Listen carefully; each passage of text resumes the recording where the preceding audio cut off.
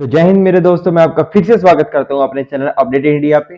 तो उम्मीद करता हूं कि आप सब लोग अच्छे होंगे, खुश होंगे, हेल्दी होंगे। तो जैसा कि आप सब लोग जानते हैं कि हम इनऑर्गेनिक केमिस्ट्री पढ़ रहे थे, हम बी फार्मेसी फर्स्ट सेमेस्टर के फर्स्ट यूनिट का लेक्चर आज फोर्थ है, जिसके अंदर हमने पिछली जो लेक्चर में हमने लिमिट टेस्ट के बारे में जाना था कि क्या होते हैं और हम क्यों करते हैं। ठीक है, तो हमने पिछले लेक्चर में साथ ही साथ क्लोराइड का लिमिट टेस्ट भी हमने कवर कर लिया था। अब मैंने बोला था आपको कि हम अगले आने वाले लेक्चर्स में अगले सारे लिमिट टेस्ट करेंगे।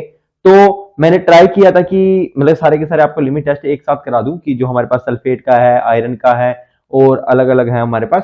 तो लेकिन अगर उसमें कराऊंगा तो आपको खोज पोच से एक तरीके से मतलब समझ तो आ जाएगा एक टाइम के लिए, पर याद होने में थोड़ी सी मुश्किल होगी। तो इसलिए मैंने सोचा कि आपको एक एक लिमिट टेस्ट हर लेक्चर में मतलब कि फटाफट कवर करवा दूं। ठीक है, कुछ है तो है नहीं, याद करने का ही है लिमिट टेस्ट में। सर सिर्फ आपको प्रोसीजर याद करना है, एक रिएक्शन याद करनी है, रिएक्शन से प्रिंसिपल मैंने बता दिया कैसे करना है, और उसके बाद वो उसका जो हमारे पास ऑब्जर्वेशन वगैरह वो कैसे लिखनी है वो मैंने आपको पिछले लेक्चर में ऑलरेडी बता चुका हूं। सब में वही चलेगी। तो वीडियो को ज्यादा लंबा नहीं करेंगे, फटाफट हम सारे के सारे लिमिट टेस्ट करेंगे। इस वाले में मैं आपको कराने वाला हूं सल्फेट का लिमिट टेस्ट। ठीक है, चलिए शुरू करते हैं। सबसे पहले एक बार और अगर आप मेरे चैनल पे नए हैं तो सब्सक्राइब कीजिए, शेयर कीजिए, लाइक कीजिए और कमेंट जरूर कीजिएगा, क्योंकि आपके कमेंट बहुत ज्यादा इंस्पिरेशन देते हैं हमें नेक्स्ट वीडियोस अच्छे से बनाने के लिए। बाकी चलिए शुरू करते हैं आज के लेक्चर फटाफट। तो किसी भी लिमिट टेस्ट में सबसे ज्यादा इंपॉर्टेंट क्या होता है हमारे पास होता है कि रिएक्शन और उसका प्रिंसिपल, और दूसरा प्रोसीजर कि कैसे हमें उसे परफॉर्म करना है या क्या करना है। ठीक है, तो सबसे पहले अगर रिएक्शन को देखें तो अब ये किसका लिमिट टेस्ट है? सल्फेट का। अब कोई भी लिमिट टेस्ट जो है सल्फेट का है, तो मतलब क्या करना है हमें कि हमारे पास कोई भी कंपाउंड है, जैसे मेरे पास मैंने मान लिया ये सॉल्यूशन है, तो हमें इसके अंदर बताना है कि इसके अंदर सल्फेट कितना प्रेजेंट है, अगर है तो है, अगर नहीं है तो क्या है। ठीक है, तो इसको हम टेस्ट सॉल्यूशन मानते थे। अब मैंने पिछली वीडियो में बताया था एक स्टैंडर्ड सॉल्यूशन लेते थे, दोनों कंपेयर करते थे, जिसकी टर्बिडिटी कम आती थी। अगर टेस्ट सॉल्यूशन जिसको हमने टेस्ट करना उसकी टर्बिडिटी कम है तो हमारा टेस्ट सॉल्यूशन पास है, अगर इक्वल है तब भी पास है। लेकिन अगर ज्यादा आ जाती है यानी इसके अंदर सल्फेट की जो इंप्योरिटी है वो हमारे पास क्या है, ज्यादा, किसी कंपैरिजन में, स्टैंडर्ड सॉल्यूशन के कंपैरिजन में। ओके, इतनी बात समझ में आ गई। ये चीज मैंने पिछले लेक्चर में एक बार बता दी है, तो अगर आपने पिछले लेक्चर नहीं देखा तो जरूर पिछले लेक्चर देखिए, उसके बाद आपको एक क्लियर ऐसे चुटकी बजाते ही होएगा। तो चलिए शुरू करते हैं। आज की रिएक्शन क्या है? सल्फेट। ठीक है, ये हमने बना लिया सल्फेट। हमने कहा कि एक किसी भी केमिकल कंपाउंड में सल्फेट हमारे पास क्या है, प्रेजेंट है। ठीक है, अब इसके अंदर हम रिएक्शन किस चीज की कराएंगे? हम कराएंगे इसके अंदर क्या, बैरियम क्लोराइड की रिएक्शन। ठीक है, BaCl2 in the presence of dilute hydrochloric acid HCl। तो उससे क्या होगा कि जो बैरियम है, बैरियम क्लोराइड में से बैरियम और सल्फेट दोनों आपस में रिएक्ट होकर एक कंपाउंड बना लेंगे। ठीक है, और ये कंपाउंड हमारे पास क्या शो करेगा? ये कंपाउंड हमारे पास टर्बिडिटी शो करेगा। टर्बिडिटी मैंने कल बताया था आपको क्या होता है। ठीक है, तो टर्बिडिटी शो करेगा, उसकी वजह से हम उसको कंपेयर कर सकते हैं दूसरे स्टैंडर्ड सॉल्यूशन के साथ। अब मैंने माना कि स्टैंडर्ड सॉल्यूशन ने भी टर्बिडिटी शो करेगा और ये टेस्ट सॉल्यूशन भी टर्बिडिटी शो करेगा, उसकी वजह से हमें पता चल जाएगा कि दोनों में डिफरेंस क्या है, यानी कि ये हमारा टेस्ट सॉल्यूशन पास है या फिर फेल है। अब मैंने कल आपको प्रिंसिपल बताने का मेथड बताया था कि प्रिंसिपल हम कैसे लिख सकते हैं किसी उसका भी। तो इसका प्रिंसिपल देखिए, फटाफट नोट कीजिए। अब प्रिंसिपल क्या बताया था? प्रिंसिपल मैंने कि कल कैसे बनाते हैं कि it is based upon the chemical. ये जो सिंबल है ये हमारे पास रिएक्शन का सिंबल होता है, और ये हमारे पास होता है बिटवीन का, यानी कि RXN रिएक्शन। ठीक है, between barium chloride, barium chloride के बीच में, और दूसरा कौन सा हमारे पास, soluble sulphate in the presence of dilute hydrochloric acid. Okay, ये सिंपल इसका प्रिंसिपल हो गया। अगर आपको केमिकल रिएक्शन याद है तो आप इजीली प्रिंसिपल लिख सकते हो, कोई इशू नहीं है। ठीक है, अब इतना आ गया, केमिकल रिएक्शन हो गया, प्रिंसिपल हो गया। अब इसकी थोड़ी सी मैं आपको एक और बात बताता हूं कि जैसे कि आपको पता है कि हम क्या करते हैं इसमें इसमें अगर आप इसको एनहेंस करना चाहते हो, यानी कि थोड़ा सा आप इसका मैटर बढ़ाना चाहते हो, तो आप इसमें लिख सकते हो कि जो हम टर्बिडिटी प्रोड्यूस करेंगे, ठीक है, जो टर्बिडिटी प्रोड्यूस होगी हमारे पास, उसको हम कंपेयर करेंगे किसके साथ?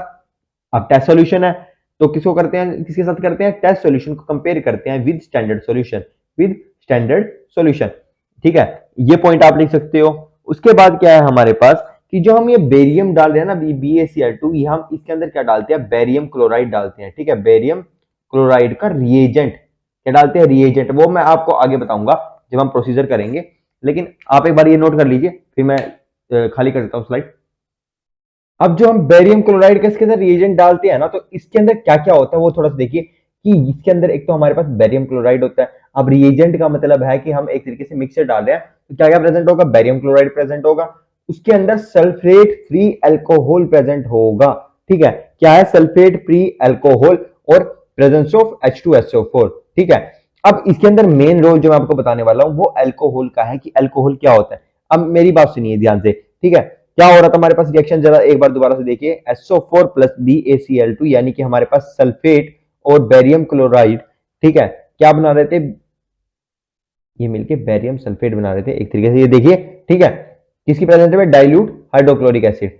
अब जो हमारे पास ये बना रहे थे, अब ये क्या बना रहे हैं, आपस में बॉन्ड बना रहे हैं, एक तरीके से जुड़ रहे हैं। ठीक है, अब मैंने मान लिया, एक आप छोटी सी समझिए बात कि कल को कोई दो बंदे दोस्त बने हैं, ठीक है, अगर उनके बीच में अनबन हो जाती है तो वो दोस्त नहीं रहते, उनके बीच में दरार आ जाती है।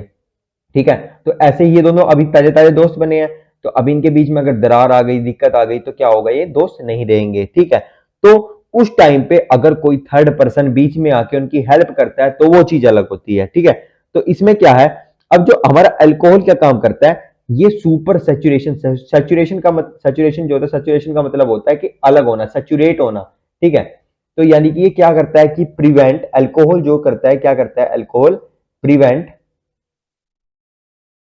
Alcohol prevent super saturation.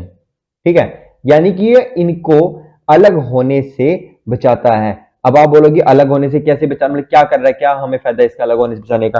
अरे भाई, अगर बेरियम सल्फेट बनेगा, हमारे पास BaSO4 बनेगा, तभी तो टर्बिडिटी आएगी, तभी तो हम कंपेयर कर पाएंगे। टर्बिडिटी कौन प्रोड्यूस कर रहा है, ये कर रहा है। अगर टर्बिडिटी प्रोड्यूस नहीं हुई तो सच हम कंपेयर कैसे करेंगे। तो इसलिए ये इनको पकड़ के रखता है कि तुम अलग अलग मत हो, तो टर्बिडिटी प्रोड्यूस होगी, टर्बिडिटी प्रोड्यूस होगी तो क्या होगा, इजीली हम उसको कर सकते हैं। ठीक है, अब इतनी बात भी आपको समझ में आ गई कि हम इसके अंदर क्यों डालते हैं। अब चलते हैं सीधा प्रोसीजर पे, नोट कर लीजिए फटाफट। अब इसका प्रोसीजर ध्यान समझिए। ठीक है, तो प्रोसीजर में मैंने कल भी आपको बताया था कि टेस्ट सॉल्यूशन होता है, हमारे पास स्टैंडर्ड सॉल्यूशन होता है। ठीक है, तो हमें क्या करना पड़ता है कि दोनों की प्रिपरेशन करनी पड़ती है, फिर हम टेस्ट सॉल्यूशन को स्टैंडर्ड सॉल्यूशन के साथ कंपेयर करते हैं।